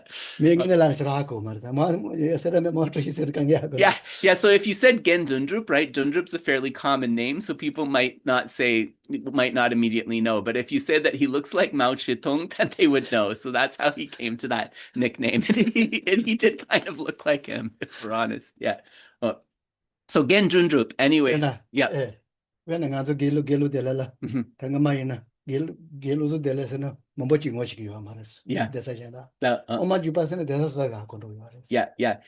Yeah. So they have these nicknames, and Geshe said, he's saying they're not all kind of like that. Some of them are nice. Like, so his uncle is Khensu Losang Delek, but if you say Losang Delek, right, that's also a very common name. So they called him Umala Jupa because he was able to memorize that Madhyamaka text. So people have these names to make them easy to differentiate because there's like only a few different names. Listen. So anyways, it's Gen Dundrup, Marjorie, and I actually remember him very well. I remember him very well from all those years ago. And he became very respected and famous in terms of a teacher of calm abiding. Kotambo Assam Thank you. I was just saying to Geshe, because now it's coming back, right? So I remember Gen Dundrup, actually, Geshe Tsam Masani. So he wasn't interested in finishing the Geshe degree, right? Like he was very learned, very smart and good in his studies, but he wasn't interested in finishing the Geshe degree. So he left Serame and went to Assam, where he stayed and Assam's a jungle, very kind of rough place, right, in northeast India. He went to Assam and stayed in a tin hut in the jungle there for many years, meditating. And then he went to Tibet. Oh, yeah. Other question. Oh, Dave, I see a hand. Go ahead. Yeah. Hello. We have a question from social media from Ladan, who's asking, should we achieve Shine first before Vipassana? Nganso tambo shine drugores dene dijela laktong drugore besa. 100%, yes. So calm abiding is the prerequisite for vipassana, for special insight. Yeah. Geshe said that he mentioned this in a previous class, but it's worth revisiting. According to the words of the text of the Bhāvanākrama stages of meditation, it seems like there's a kind of special insight that you can have without calm abiding, but that's not true special insight. That doesn't truly meet the definition of special insight. It's not real vipassana, real special insight. It's a type of wisdom differentiation that builds towards special insight, but you can't have special insight without calm abiding. So in terms of the realization, you absolutely have to realize calm abiding before you can realize special insight. So thank you. Sylvia, I think I see Sylvia's hand. Go ahead. Hello, Sorry, just a second.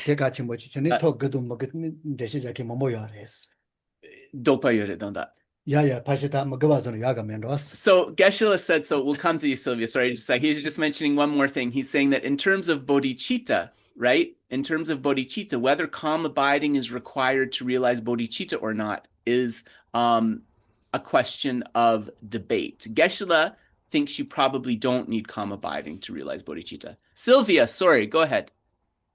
Hello, Geshe. Hi, Ngodrup. Hi. A quick question. Would it help, apart from doing the formal session that Geshe advised, if we try to stay in awareness, whatever we do during the day, or is that, and how to do that properly, if so? Got you. So is being mindfully aware during daily tasks going to be helpful for calm abiding? And if it is, how do we do that? Thank you. Brilliant. Yes. Nganso di kandeslagare shine drubyala nganso nima rere gi chawa kaplola jempa dang shejin tets samlutang na pentok yorebes, pentok yuna, dening also nima regi chawa kapla kandes sobresa. 매매 다 녀마를 샤와 카드세 남는데 쪼쪼들어서서 칸덴데 마도 뭐 가르자기요나. Yeah, 뭐다 I hear typing. 또 가르쳐서 소소라 소소래가 주도 돼. Yeah, little. 주도 사고. Yeah. 다 될. 자 temba도 시스템 가져서나. Yeah. 포에션에 돼야 될 코페용 거라스. Yes, yine nganso nima regi chawa per natale truya dan so kapla jumpa dang shejin soya yorebes. So Geshe said that absolutely, Sylvia, like your everyday tasks of doing the dishes and so forth, if you can bring forth mindfulness and introspection as you are doing those, this can absolutely help with the development of calm abiding later on. So it's just being present during that task. 샤와 가르치기야나 nga 대시기요. 그때 대포게 temba도 시지세라마디 tem보자 로이나. 그가로게 포게 고라. So any activity that you're doing, if you think, I am going to do this activity single-pointedly, I am not going to be distracted by other things, I am going to be aware of my engagement in this activity, that becomes a development of concentration. And so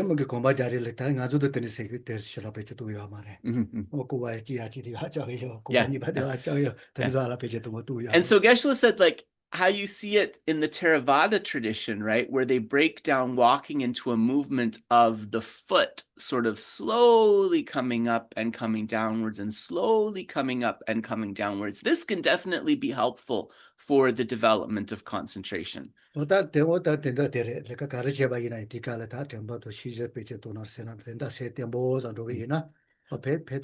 So engaging our mind fully with what we're doing, holding the task at hand in the mind completely, is a way to develop our concentration, which will help us with calm abiding. Absolutely.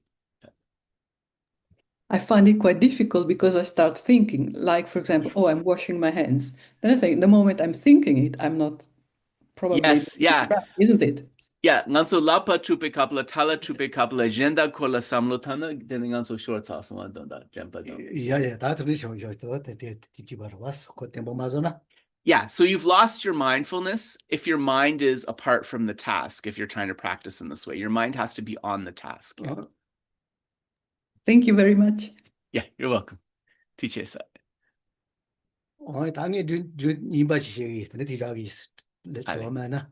So Dave, are there any other questions on social? I told poor Dave to mute himself and now I can't hear him.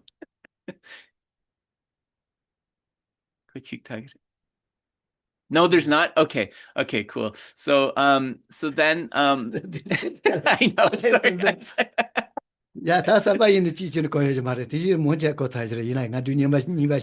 Geshe said that since there's no questions and we have a few minutes before the hour, happy holidays, everyone. He's going to share a story which may be old. So if you've heard it before, no worries. But if you haven't, then maybe it'll be useful. And it's related to calm abiding. So that's why he's telling that story today.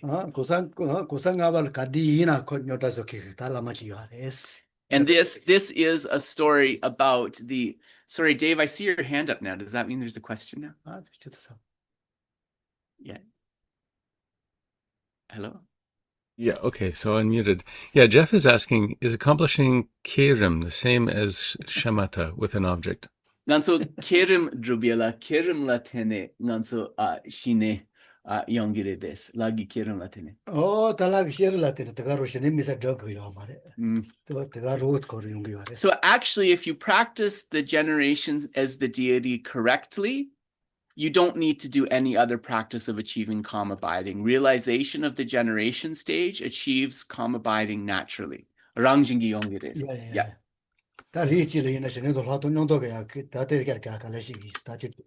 Geshe said that, there's actually a way to practice the self-generation deity yoga so that you're cultivating both calm abiding and special insight, but here's not the venue to discuss that. Yeah. But, so you can do calm abiding and special insight together in Tantra, whereas in Sutra, you have to achieve calm abiding before having real special insight. That's not the case in Tantra.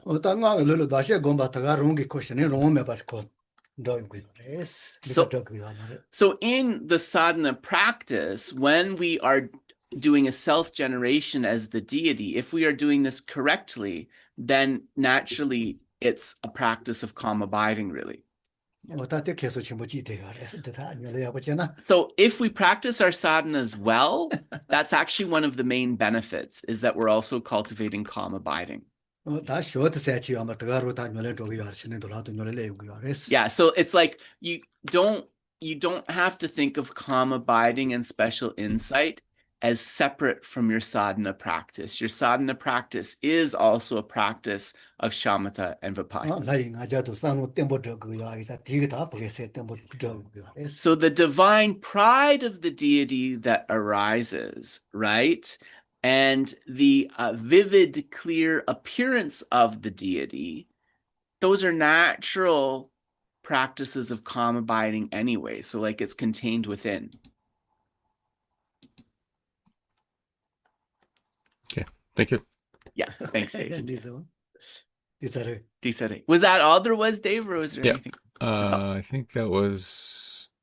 yeah, that's it. That's it. Okay. So Geshe wants to tell his story then if there's no more questions. I just wanted to make sure we got everybody. I just don't like to leave anyone out. I'm a nice guy. So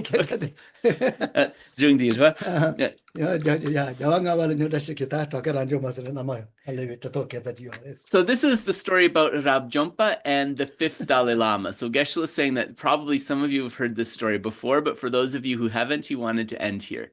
And so Rabjompa, as you remember, he really did not like one of the oracle deities of the fifth Dalai Lama, which is known as Nechung.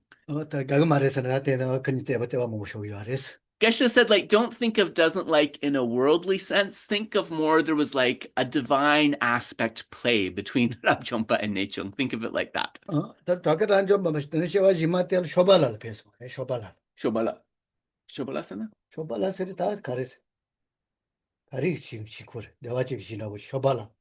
Oh, Shambhala.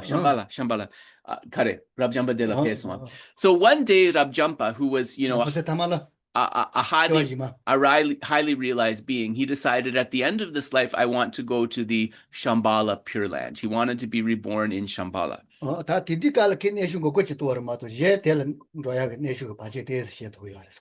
And Nechung, because they had this kind of dispute, he thought, I want to create an obstacle for Rabjompa getting to Shambhala. I don't want him to be able to get there.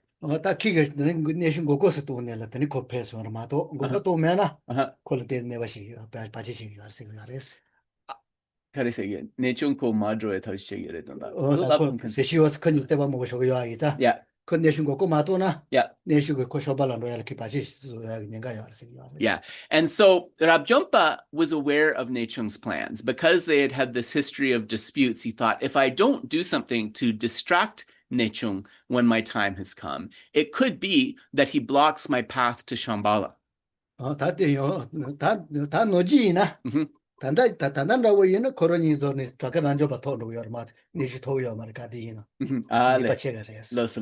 So generally, it was said that actually Rabjompa was more powerful than Nechung. So when they fell into disputes, Rabjompa would be the one who was actually usually coming out on top. So Geshe said, then this is a story. Whether you take it literally or not, that's up to you. But anyways, it's just a story. Yeah.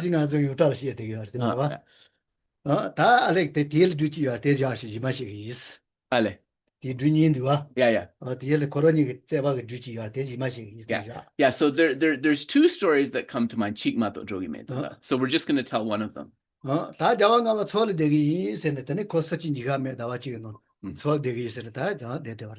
this time, the fifth Dalai Lama had said that I am going to remain in retreat. And he told people that, don't let anyone come for audiences, right? I don't want to be disturbed in retreat.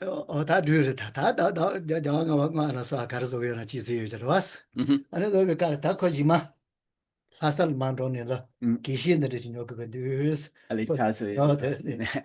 But actually, what happened is that during the retreat, the fifth Dalai Lama was a little bit distracted, and he was thinking about the tea strainer that he wanted to buy when he came out of retreat. You know those big, like, you can see these big squares of cloth that hang down the front of the monks' robes. Those are actually like water trainers, tea strainers. So he's thinking of a beautiful one that he wanted to buy. Yeah. So Geshe said they're usually, you know, embossed with brocade and beautiful things. So he was thinking about one that he wanted to buy. 아니 델라마 저도 저거랑 하고 사res. Yeah. Yes, 돼. Ale, loso. 더 꼭 보게 다 보게 논이랑 가. 더는 그것이 과거로 왔어. Yeah. 꼬만 한로 그거서 그거서. So Rabjampa, he was a little bit clairvoyant, and he could see that the Great Fifth's mind was distracted. So anyways, he went up the potala to where the fifth was in retreat, and the attendants blocked him. He said, you know, he's not seeing anybody. And he said, actually, I need to see him. It's really important. 아니 그수야지 가려고 그랬어. 투야야 말에 솔대요레스. 나와지 쓰지 투야야 말레스. And the attendant said, you know, he's to remain undisturbed for a month. You know, His Holiness is in retreat, so how could you disturb him, kind of thing. 아, 솔대면 됐어. 내가 가서 통수 보게 솔대는 귀신이야.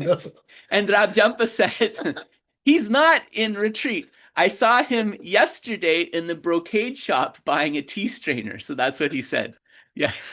말 저저 말해. 솔대요. 그 전에 저런 거야 말. 저런서 내가 마서 이나서 아말 깨졌지. Yeah. And so the attendant said, you know, how dare you accuse of something like that? Like, we've been here the whole time and His Holiness hasn't left once during the retreat. And so Rabjampa said, go to the Great Fifth and ask him if he was in like the brocade shop that sells the tea strainers.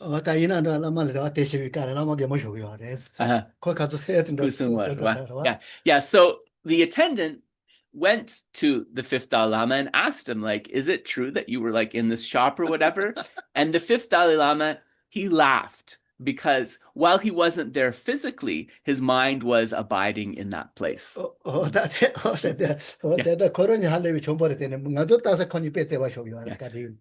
said that really, actually, the Great Fifth and Rabjampa were actually very good friends. But he thinks to be instructive, right? So that we would have these instructive stories to tell. They sometimes seemed at odds. So there's a lot more stories about Rabjampa and the Great Fifth Dalai Lama, and Geshe will share some of those in future installments.